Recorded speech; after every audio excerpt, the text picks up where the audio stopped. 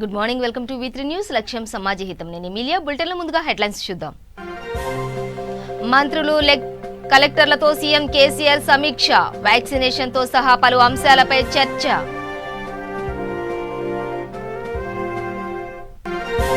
కేంద్రంలో బీసీలకు ప్రత్యేక శాఖ ఏర్పాటుకు కృషి చేస్తాం. బీసీ సంఘం రాష్ట్ర సదస్సులో మంత్రి గంగుల కమలాకర్ స్పష్టం. కృష్ణా జిల్లా గుడివాడలో జాతీయ స్థాయి ఎడ్ల పోటీలు. యజమానులకు జ్ఞాపికలు అందజేసిన మంత్రి పేర్ని నాని.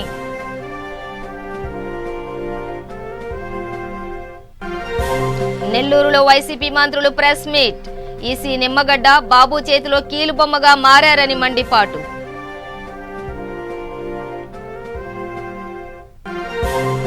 అనంతపురంలో అఖిల పక్షాలు రౌండ్ టేబుల్ సమావేశం. పన్నుల పెంపు అంశంపై ప్రభుత్వంపై ఆగ్రహం.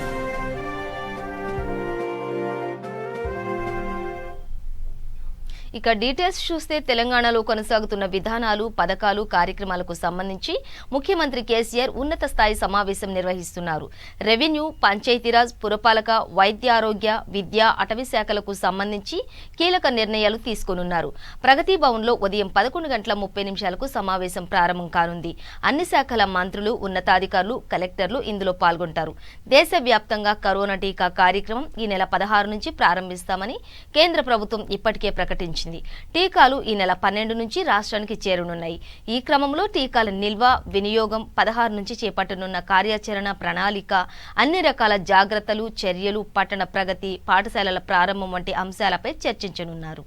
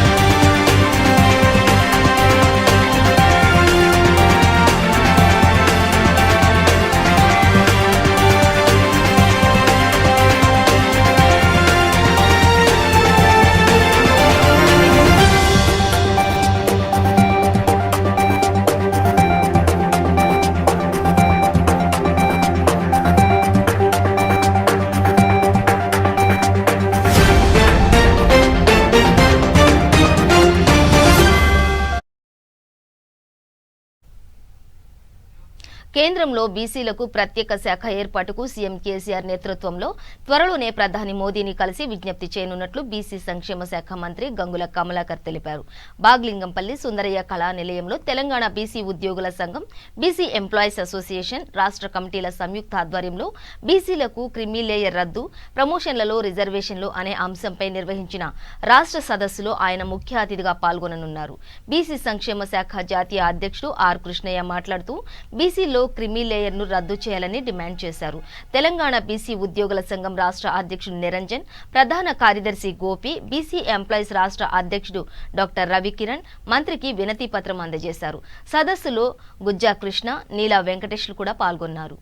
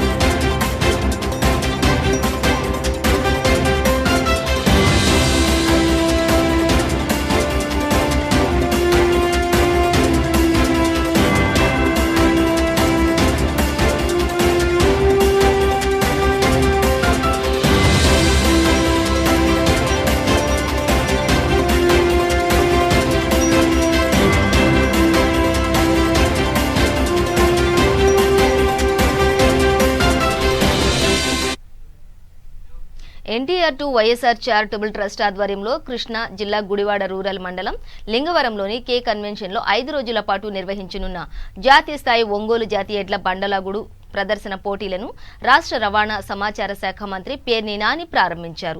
2 పళ్ల విభాగంలో పోటీ పడుతున్న ఎడ్ల జత యజమానులకు జ్ఞాపికలు బహుకరించారు.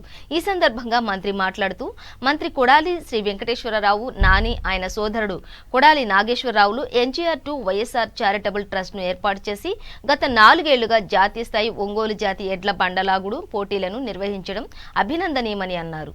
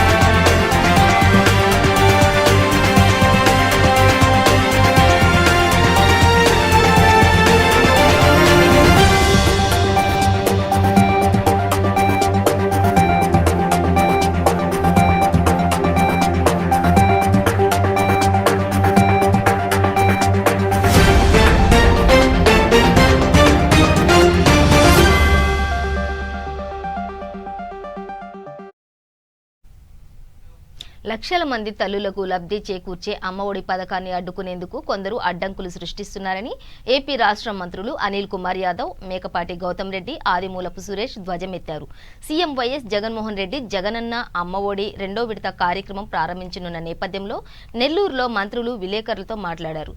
రాష్ట్ర ఎన్నికల కమిషనర్ నిమ్మగడ్డ రమేష్ కుమార్ చంద్రబాబు చేతిలో కీలుబొమ్మగా మారారని, సంక్షేమ పథకాలను నిలిపివేసే రాక్షసానందం పొందాలని చూస్తున్నారని మండిపడ్డారు. రాజ్యాంగం పదవిలో ఉన్న వ్యక్తి న్యాయ వ్యవస్థను కూడా పరిగణలోకి తీసుకోకపోవడం సిగ్గుచేటని అన్నారు. ఎన్ని అడ్డంకులు సృష్టించినా అమ్మఒడి కార్యక్రమాన్ని నెల్లూరులో ముఖ్యమంత్రి ప్రారంభిస్తారని స్పష్టం చేశారు. 5 లక్షల తల్లులకు, దాదాపు 80 లక్షల పైచీలుగా పిల్లలకు ఏదైతే చదువుకునేదానికి పేద దిగువ మధ్యతరగతి వాళ్ళకి వాళ్ళ పిల్లల్ని ఆర్థిక ఇబ్బంది లేకుండా చదివించేదానికి తల్లులకి ఇచ్చే ఒక అపురూపమైన కానుక ఈ భారతదేశంలోని ఏ ముఖ్యమంత్రి చేపట్టని ఈ కార్యక్రమం మన రాష్ట్ర ముఖ్యమంత్రి వైఎస్ జగన్మోహన్ రెడ్డి గారు రెండోసారి ఈ కార్యక్రమాన్ని రేపు నెల్లూరు నగర నియోజకవర్గంలో ఈ కార్యక్రమాన్ని ప్రారంభించి రెండోసారి దాదాపు 45 లక్షల మంది తల్లులకు 80 లక్షల పిల్లలకు ఇచ్చే ఈ కార్యక్రమం ఈరోజు ఈ రాష్ట్రంలో మహిళలందరూ కూడా ఏదైతే ముఖ్యమంత్రి జగన్మోహన్ రెడ్డి గారు ముఖ్యంగా మహిళా తల్లులకు ఈరోజు ఏ ఒక్క సంక్షేమ కార్యక్రమం తీసుకున్నా మహిళలు బాగుంటే ఆ గృహం బాగుంటుంది, ఆ విధంగా రాష్ట్రం బాగుంటుంది. కాబట్టి మహిళలకు అన్ని రకాలుగా అండదండగా, ఒక అన్నగా, ఒక తమ్ముడిగా, ఒక బిడ్డగా, పిల్లలకి ఒక మామయ్యగా ఈరోజు వాళ్ళకి అండదండలుగా ఉంటుంటే నూతన జవసత్వాలు ఇస్తూ ముందుకు తీసుకుపోతున్న ఈ తరుణంలో సాక్షాత్తు స్టేట్ ఎలక్షన్ కమిషన్ ఒక రాజ్యాంగ వ్యవస్థ, మరి న్యాయ వ్యవస్థను మరి పరిగణలోకి తీసుకోకుండా ప్రజాస్వామ్యాన్ని అట్లాగే ఈ యొక్క రాజ్యాంగాన్ని తుంగలో తొక్కుతూ ఈ విధంగా ఎవరి చేతిలోనూ మరి కీలుబొమ్మై కుట్రపూరితంగా మరి అట్లాగే ఒక దురుద్దేశంతో ఈ యొక్క సంక్షేమ కార్యక్రమాలని ఈ విధంగా మరి ముందుకు తీసుకుపోతున్న ఈ తరుణంలో ముఖ్యంగా ఈరోజు మంత్రి గారు చెప్పినట్టు యావత్ రాష్ట్రం అంతా అక్క చెల్లెమ్మలందరూ సంక్రాంతి ముందు వచ్చే పండగ ఏదైనా ఉందంటే అది జగనన్న అమ్మఒడి పండగ అని చెప్పి ఎదురు చూస్తున్న తరుణంలో ఆ యొక్క కార్యక్రమాన్ని కూడా అడ్డుకోవాలనే ఒక ప్రయత్నము, ఈ యొక్క కన్ఫ్యూజన్ ఏదైతే క్రియేట్ చేస్తా ఉన్నారో చాలా బాధాకరం. ఇది నిజంగా తెలుగుదేశం పార్టీ వాళ్ళు ఏదైనా రాజకీయం చేయాలనుకుంటే మాత్రం దీని ద్వారా ఇది ఒక దివాలాకోరు రాజకీయం, ఒక దిగజారుడు రాజకీయం అని మాత్రం ఖచ్చితంగా రాష్ట్రపతులందరూ మరి చీకొడుతున్న పరిస్థితి. నేను ఒకటే చెప్పదలుచుకున్నాం, ఈరోజు ఈ ఎలక్షన్ కమిషన్ వారు ఏదైతే రాష్ట్ర ప్రభుత్వ అధికారులని సంప్రదించి నిర్ణయం తీసుకోవాలని చెప్పారో, రాష్ట్ర ప్రభుత్వ అధికారులు అంటే మేము రాజకీయ నాయకులను పక్కన పెడతాం, ఈరోజు ప్రిన్సిపల్ సెక్రటరీ హెల్త్ సింగల్ గారు కానివ్వండి, ప్రిన్సిపల్ సెక్రటరీ పంచాయతీరాజ్ ద్వేది గారు కానివ్వండి, సాక్షాత్ చీఫ్ సెక్రటరీ గారు ఆదిత్యనాథ్ దాస్ గారు ఇంతమంది వెళ్ళి చెప్పి ఈ విధంగా ఈ వ్యాక్సినేషన్ వస్తున్న తరుణంలో డ్రై రన్ జరుగుతున్న పరిస్థితుల్లో ఇది చేయడం కరెక్ట్ కాదని చెప్పినా కూడా ఏకపక్షంగా మండి వైఖరితో ముందుకు పోవడం. ఇక రాజకీయ పార్టీలు ఏ విధంగా ఎంత దిగజారుడు రాజకీయాలు చేస్తున్నారో చాలా చక్కగా చెప్పారు. కానీ నిన్న జరిగిన ఒక ఇన్సిడెంట్ అంటే మన తునిలో పవన్ కళ్యాణ్ గారు వెళ్ళి అక్కడ దివీస్ ల్యాబొరేటరీ అనే ఒక వ్యవస్థ మీద అలాగే దాంతోపాటు ఈ యొక్క ప్రభుత్వం మీద నిందలు చెప్పడం జరిగిందనమాట. నిన్న ఆయన ఒక మాట అన్నారు, 75% లోకల్ ఎంప్లాయ్మెంటు నేను వచ్చిన తర్వాతనే ఇది సాధ్యమైందని నిన్న చెప్పడం కూడా జరిగింది. అసలు నిజంగానే మొదటి క్యాబినెట్ మీటింగ్లోనే మా ముఖ్యమంత్రి గారు లోకల్ ఎంప్లాయ్మెంట్ 75% చేయాలని చెప్పి దాదాపు జూలై 2019లోనే మన క్యాబినెట్లోనే జియో చేయటం కూడా జరిగింది. నిజంగానే నేను ఆశ్చర్యపడేది ఏంటంటే పవన్ కళ్యాణ్ గారు తెలిసి మాట్లాడుతున్నారా తెలియక మాట్లాడుతున్నారా అనేది నిజంగానే ఆశ్చర్యపడుతున్నాను. ఎందుకంటే ఆయన కూడా చదువుకున్నవాడు, బహుశా ఇక్కడే సెయింట్ జోసెఫ్స్లోనే చదువుకున్నారనేది కూడా చెప్పడం కూడా జరిగింది. రాష్ట్ర ప్రభుత్వం పెంచిన ఇంటి పన్నులను వ్యతిరేకిస్తూ అనంతపురం జిల్లా కదిరి పట్టణంలోని అఖిలపక్ష రాజకీయ పార్టీలు అండ్ ప్రజా సంఘాల ఆధ్వర్యంలో రౌండ్ టేబుల్ సమావేశం నిర్వహించారు. ఇంటి పన్నులు వసూలు చేయడానికి ప్రభుత్వం 3 జీవోలను తీసుకొచ్చిందని, వాటిని వెంటనే రద్దు చేయాలని వారు డిమాండ్ చేశారు. మున్సిపాలిటీలలో పన్నుల పెంపు నిర్ణయాన్ని ప్రభుత్వం ఉపసంహరించుకునేలా ఒత్తిడి తీసుకురావాలని సిపిఐ, సిపిఎం, టీడీపీ, కాంగ్రెస్, బీఎస్సీ, ముస్లిం లీగ్, ఆర్సీపీ పార్టీల నాయకులు తీర్మానించారు. ఈ మేరకు ఈ నెల 13న భోగి మంటల్లో పెంచిన ఇంటి పన్నుల జీవోలను తగలబెట్టే కార్యక్రమాన్ని ప్రకటించారు. పన్నుల పెంపు విషయంలో ప్రభుత్వం తీరును తప్పుబట్టారు.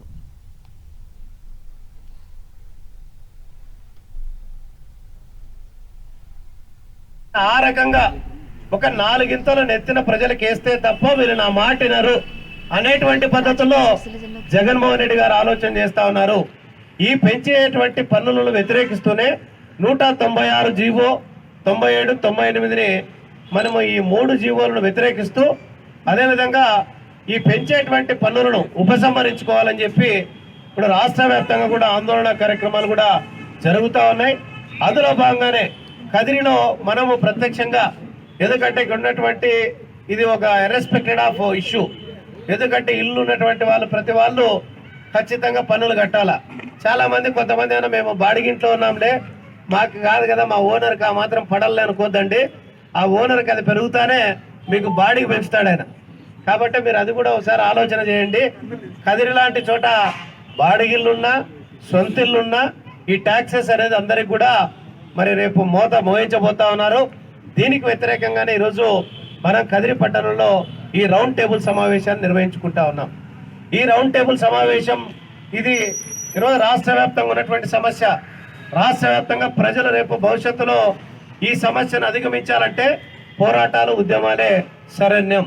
ఇవి మనం ప్రజలందరినీ కూడా సమీకరించి రోడ్లపైకి వస్తే తప్ప ఈ ప్రభుత్వం వెనకాడదు. ఎందుకు ఈ మాట చెప్తా ఉన్నానంటే, టిడ్కో హౌసెస్ ఉన్నాయి అక్కడ. ఆర్టీఓ ఆఫీస్ దగ్గరికి ఒక రోజు పోయినప్పుడు మేము పోయాం. ఈ టిడ్కో హౌసెస్ ఏం జరుగుతూ ఉందని ఒకసారి అంతా తిరిగి వచ్చాం. లోపలంతా తిరిగి వస్తే అన్నీ కూడా 70-80% అంతా వర్క్ అంతా కంప్లీట్ అయింది. పోనీ అప్పుడు టిడ్కో హౌసెస్ కట్టినప్పుడు ఏమైనా ఇవి బాగలేవని అప్పట్లో అపోజిషన్ పార్టీ ఏమైనా వ్యతిరేకించిందంటే లేదు. పోనీ బీజేపీ పార్టీ కేంద్రంలో అప్పుడు ఉంది, ఇప్పుడు ఉంది, వాళ్ళు కూడా అప్పుడేం మాట్లాడలే. కానీ ఇప్పుడు 80% కంప్లీట్ అయినటువంటి టిడ్కో హౌసెస్ గురించి మాట్లాడాలి రాష్ట్ర ప్రభుత్వం. మనం సిపిఐగా అక్కడికి పోయి రాష్ట్ర వ్యాప్తంగా దీని ఒక ఉద్యమం రూపంలో తీసుకున్న తర్వాత ఈరోజు అన్నీ కూడా హౌస్ సైడ్స్ ఇచ్చేశారు. మన టిడ్కో హౌసెస్ రూపాయికి ఇచ్చేస్తామంటా ఉన్నారు. అంటే మనం రోడ్లు ఎక్కడం ద్వారా సమస్యలు పరిష్కరించబడతాయి అనడానికి ఈ 2 సమస్యల నిదర్శనమని నేను మీ అందరికి కూడా ఒక్కసారి గుర్తు చేస్తా ఉన్నా. మరి ఈ సమస్యలన్నింటినీ కూడా మనం ప్రజలందరినీ సమీకరించాలా. అదేవిధంగా రేపు సంక్రాంతి కూడా రాబోతా ఉంది. ఈ సంక్రాంతి సందర్భంగా ఈ సమస్యను కూడా మనము ఏదైతే ఈ జీవోలు 196, 197, 198 ఏదైతే ఉందో ఈ జీవోను వ్యతిరేకిస్తూ ఏ రకంగా ఈ కార్యక్రమాన్ని ముందుకు తీసుకొని పోదామనేది మనమందరం కూడా మిత్రులు బాగా మంచి టైం ఇది కూడా. అన్ని పార్టీలు అన్ని ప్రజా సంఘాలు అందరితో కూడా మరి కూలంకుషంగా మాట్లాడిద్దాం. ఆ రకంగా ఈ యొక్క రౌండ్ టేబుల్ సమావేశాన్ని కూడా కంటిన్యూ చేసుకొని ఇక్కడ నుంచి 1000 రూపాయలు రాజన్న సిరిసిల్ల జిల్లా కేంద్రంలో హైకోర్టు న్యాయవాది ఉమేష్ చంద్ర పర్యటించారు. ముందుగా అంబేద్కర్ విగ్రహానికి పూలమాల వేసి నివాళులర్పించారు. అనంతరం మీడియాతో మాట్లాడుతూ మంత్రి కేటీఆర్ ఇలాకాలో భారత రాజ్యాంగం అమలులో లేదని, అధికార పార్టీని ప్రశ్నిస్తే అక్రమ కేసులు పెట్టి మానసిక వేదనకు గురిచేస్తున్నారని టీఆర్ఎస్ పై ధ్వజమెత్తారు. భారత రాజ్యాంగమే ఎస్టీ ఎస్సీలకు హక్కులు కల్పించిందని, వాటిని అధికారులు తుంగలో తొక్కేస్తున్నారని ఆరోపించారు. నిజమైన సంఘ విద్రోహ చర్యలకు పాల్పడితే మాత్రమే కేసులు పెట్టాలని, అనవసరంగా సామాన్యులపై కేసులు పెట్టవద్దని ఆయన తెలిపారు. అడ్వకేట్ రాజుకి అందరికి ముందుగా కృతజ్ఞతలు చెప్పుకుంటూ ముందు జై భీమ్. సో ఏదైతే మన తమ్ముడు సుధీర్ రాజేందర్ మీద రౌడీ షీట్ ఓపెన్ చేశారు, నేను ముందుగా ఇక్కడ లోకల్గా ఉన్న ఆఫీసర్లని, లోకల్గా ఉన్న పొలిటికల్ లీడర్లను క్వశ్చన్ అడుగుదామనుకుంటున్నాను. మీకు ఎగెన్స్ట్గా ఎవరు మాట్లాడొద్దా? మీకు ఎగెన్స్ట్గా ఎవరన్నా మాట్లాడితే దాని మీద కేసులు వేస్తారా? అంటే మీరే తప్పుడు కేసులు వేయించి మీరే రౌడీ షీట్లు ఓపెన్ చేపిస్తే ఇక ప్రజాస్వామ్యం ఉన్నదా, లేదా బాబాసాహెబ్ అంబేద్కర్ గారు రాసిన రాజ్యాంగం ఉన్నదని మీరు భావిస్తున్నారా లేదా?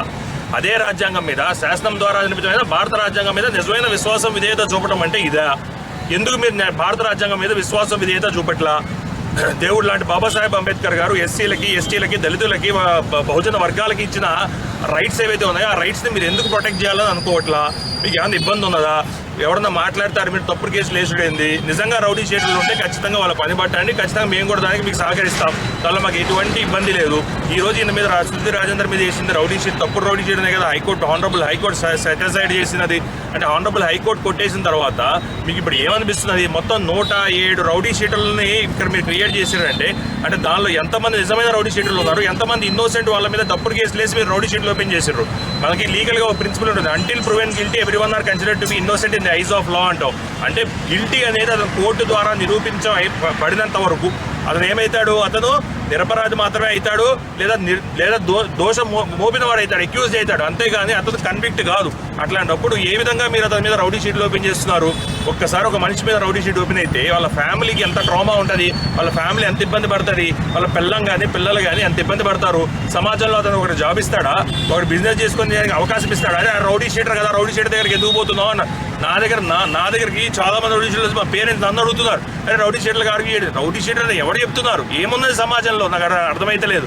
అది నిజంగా ఒక రౌడీ షీటరా కాదా అని తెలియాలంటే అతని మీద ఉన్న కేసులు ఎట్లాంటి కేసులు మోపబడినాయి, అతని మీద కావాలని కేసులు పెట్టిర్రా, లేదా నిజంగానే అతను సంఘ విద్రోహ చర్యలు చేస్తున్నాడా అనేది చూస్తే అర్థమైపోతుంది. నిజంగా సంఘ విద్రోహ చర్యలు చేసే వాళ్ళ మీద ఖచ్చితంగా పోలీసు వాళ్ళు యాక్ట్ చేయాలా. వాళ్ళు ఉన్నది అందుకే, వాళ్ళకి జీతాలు ఇస్తున్నది అందుకే, వాళ్ళు యాక్ట్ చేయాల్సింది కూడా అందుకే. అట్లాంటి వాళ్ళ మీద మీరు రౌడీ షీట్లు పెట్టండి, ఇబ్బంది ఎవ్వరికి లేదు. సంఘ విద్రోహ చర్యకు పాల్పడే వాళ్ళ మీద మీరు రౌడీ షీట్లు పెట్టండి. అరే తన పని తను చేసుకుంటున్న ఒక రైతు మీద, తన పని తను చేసుకుంటున్న ఒక రిపోర్టర్ మీద, తన పని తను చేసుకుంటున్న ఒక సోషల్ యాక్టివిస్ట్ మీదో, లేదా వర్కర్ మీదో, ఒక పొలిటికల్ వర్కర్ మీదో మీరు ఎట్లా కేసులు పెడతారండి? అంటే నువ్వు నీ ప్రభుత్వమో లేదా మీరు చేసే అక్రమాలని, లేదా ఏదైనా కరప్షన్ రిలేటెడ్ యాక్టివిటీస్ని వాటన్నిటిని బయటకు తెస్తున్నారు కదా అని చెప్పి వాళ్ళ మీద రౌడీ షీట్లు ఓపెన్ చేసేది ఏందా? ప్రజాస్వామ్యంలో మీడియా అనేది ఒక స్వేచ్ఛగా బతకాల, మీడియాకి స్వేచ్ఛ ఉన్నది. అట్లాంటి మీడియాని అనకదొక్కాలని, లేదా ఎస్సీ ఎస్టీ వర్గాలని, బహుజన వర్గాలను అనకదొక్కాలని ఏందా? ఏం ప్రయత్నం ఇది? మీరు తప్పుడు కేసులు వేస్తే ఖచ్చితంగా న్యాయస్థానాలు ఉన్నాయి, న్యాయస్థానాలు తలుపులు తడతాం. మీకు ఏదైతే అధికారం ఇచ్చింది, రాజ్యాంగం ఇచ్చిన అధికారాన్ని మీరు గౌరవించకపోయినా మాకు రాజ్యాంగం ఇచ్చిన హక్కుని మేము గౌరవించి న్యాయస్థానాల దగ్గర పోతాం. మా వెనక న్యాయస్థానాలు, హైకోర్టు, సుప్రీంకోర్టు లాంటి న్యాయస్థానాలు మా వెనుకున్నాయి. ఖచ్చితంగా వాటిల్లో మాకు న్యాయం జరుగుతుంది. అట్లాంటి ఆఫీసర్లకు కూడా చాలా రిక్వెస్ట్గా అడుగుతున్నా, మీరు దయచేసి ఇక మీదట ఎవరైనా రౌడీ షీట్ ఓపెన్ చేసినప్పుడు 1-10 సార్లు ఆలోచించుకొని చేయండి. హైకోర్టులో ఉమేష్ చంద్ర ఉన్నాడు, ఆ రౌడీ షీట్లను వాళ్ళ దాని నుంచి పక్కన తిప్పిస్తాడు. ఆ తర్వాత మీ మీద చర్యలు తీసుకోవడానికి కూడా ఎటువంటి పిటిషన్లు వేయాలని అటువంటి పిటిషన్లు ఉమేష్ చంద్ర వేస్తాడు. సుప్రీంకోర్టులో కూడా సుప్రీంకోర్టులో కూడా ఉండొచ్చిన, నేను ఢిల్లీలో కూడా ప్రాక్టీస్ చేసి వచ్చిన. సో అవసరం కూడా సుప్రీంకోర్టు లెవెల్ కూడా పోయి వాళ్ళు ఇన్నోసెంట్, వాళ్ళ మీద మీరు తప్పుడు కేసులు వేశారు, తప్పుడు కేసులు వేసి రౌడీ షీట్లు ఓపెన్ చేశారు, వాళ్ళు హ్యాబిచువల్ అఫెండర్ల కింద మీరు క్రియేట్ చేసిర్రు అని మాత్రం తెలిస్తే మాత్రం హైకోర్టులో, సుప్రీంకోర్టులో బహుజన వర్గాల గురించి పోరాడడానికి న్యాయవాదిగా మా బాబాసాహెబ్ అంబేద్కర్ గారి స్ఫూర్తిని తీసుకొని ముందర పోతాం. కేంద్ర రాష్ట్ర ప్రభుత్వాలు బలహీన వర్గాలకు విద్యను దూరం చేసే ప్రయత్నం చేస్తున్నాయని, రాష్ట్రంలో ఇప్పటికే కొన్ని గ్రామాలలో ప్రభుత్వ పాఠశాలలను మూసివేశారని మహబూబ్ నగర్ జిల్లా బీసీ సంఘ అధ్యక్షులు రామాంజనేయులు ఆరోపించారు. కృష్ణ మండలం కేంద్రంలో నిర్వహించిన కార్యవర్గ సమావేశంలో ఆయన పాల్గొని ప్రసంగించారు. మూసివేసిన పాఠశాలలను వెంటనే పునరుద్ధరించాలని, బీసీ విద్యార్థులకు ఫీజు రియంబర్స్మెంట్ ఇవ్వాలని డిమాండ్ చేశారు. అనంతరం all India book of record, Asia book of రికార్డును సాధించిన వాకిటి బసవరాజును భరతనాట్యం కళల పోటీల్లో జిల్లా స్థాయిలో గెలుపొందిన వైష్ణవిని ఘనంగా సన్మానించారు. ఈ కార్యక్రమంలో గ్రామ సర్పంచి మహాదేవ్, బీసీ ఐక్యవేదిక జిల్లా ప్రధాన కార్యదర్శి కుమ్మరి రాజు తదితరులు పాల్గొన్నారు.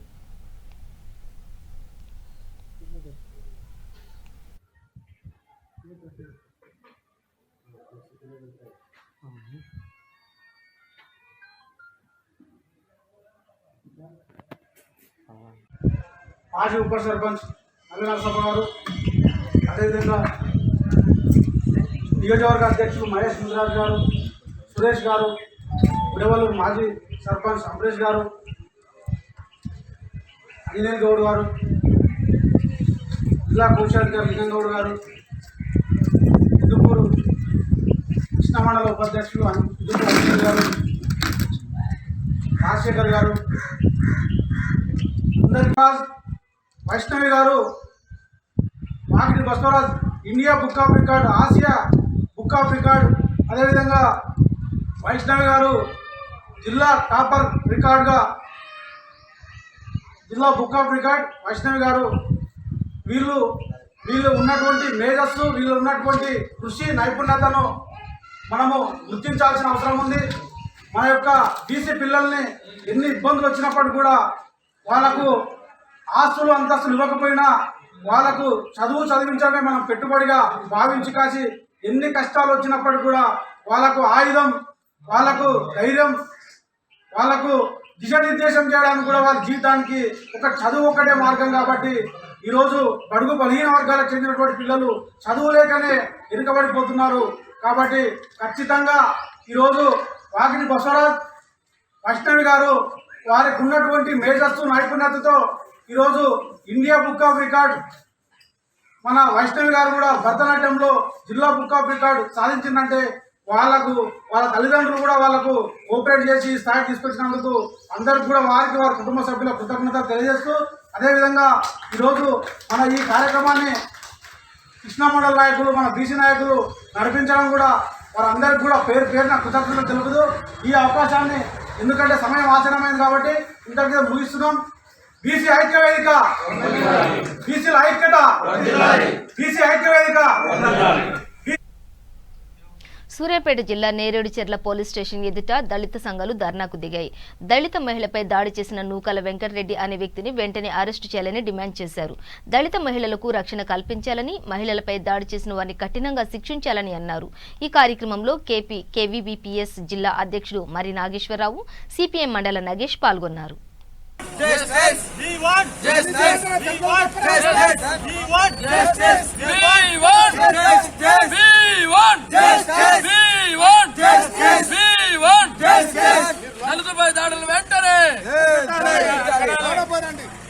మొత్తం వచ్చి మేము వచ్చినాక మేము లేవని మేము చెప్తున్నాం. రెడ్డి అని ఒక అహంకారంతో అంతే.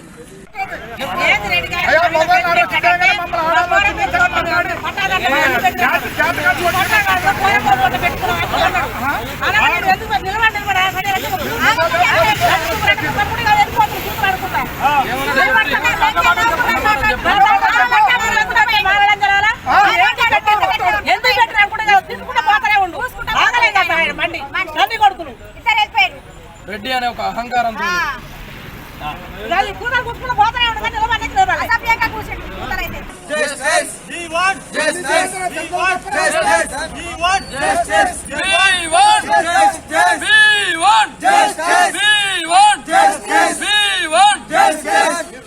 దాడులు వెంటనే మొత్తం వచ్చి మేము వచ్చినాక మేము లేవని మేము చెప్తున్నాం. రెడ్డి అని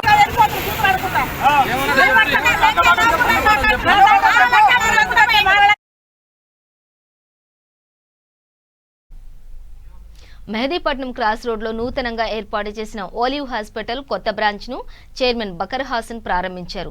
ఓలివ్లో హెచ్ఓడి డిపార్ట్మెంట్ అందుబాటులోకి వచ్చిందని, ఎమర్జెన్సీ మెడిసిన్ అత్యవసర సమయంలో అందజేస్తామని హాసన్ తెలిపారు. ఈ ప్రారంభోత్సవంలో హాస్పిటల్ సిబ్బంది, మేనేజింగ్ డైరెక్టర్ ముజాహిద్ హుసేన్ తదితరులు పాల్గొన్నారు.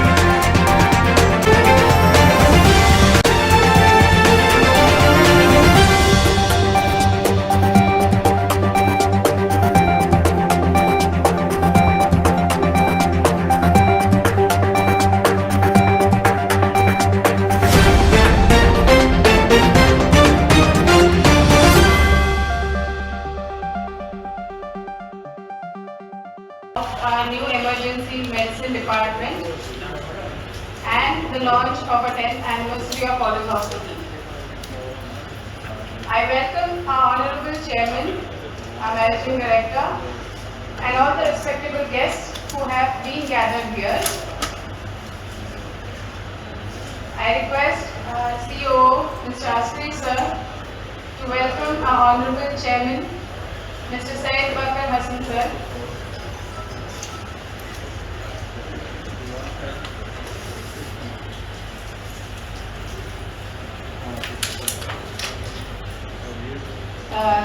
Chairman sir, please come on to the stage, please.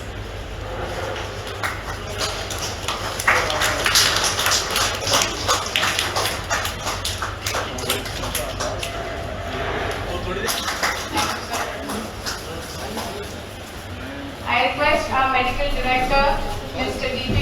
Dr. D. Bulletin ముగించే ముందు హెడ్లైన్స్ మరోసారి. మంత్రులు, కలెక్టర్లతో సీఎం కేసీఆర్ సమీక్ష, వ్యాక్సినేషన్తో సహా పలు అంశాలపై చర్చ.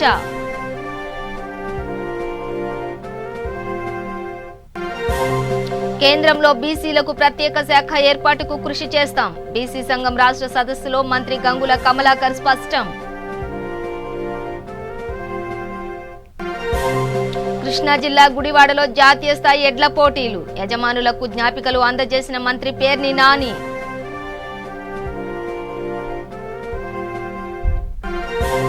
నెల్లూరులో వైసీపీ మంత్రులు ప్రెస్ మీట్, ఈసీ నిమ్మగడ్డ బాబు చేతిలో కీలుబొమ్మగా మారారని మండిపాటు.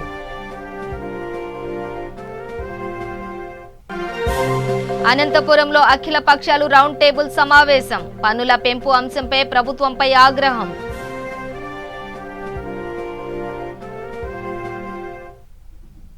ఇవి బులెటిన్ డీటెయిల్స్. చూస్తూనే ఉండండి V3 న్యూస్, లక్ష్యం సమాజహితం.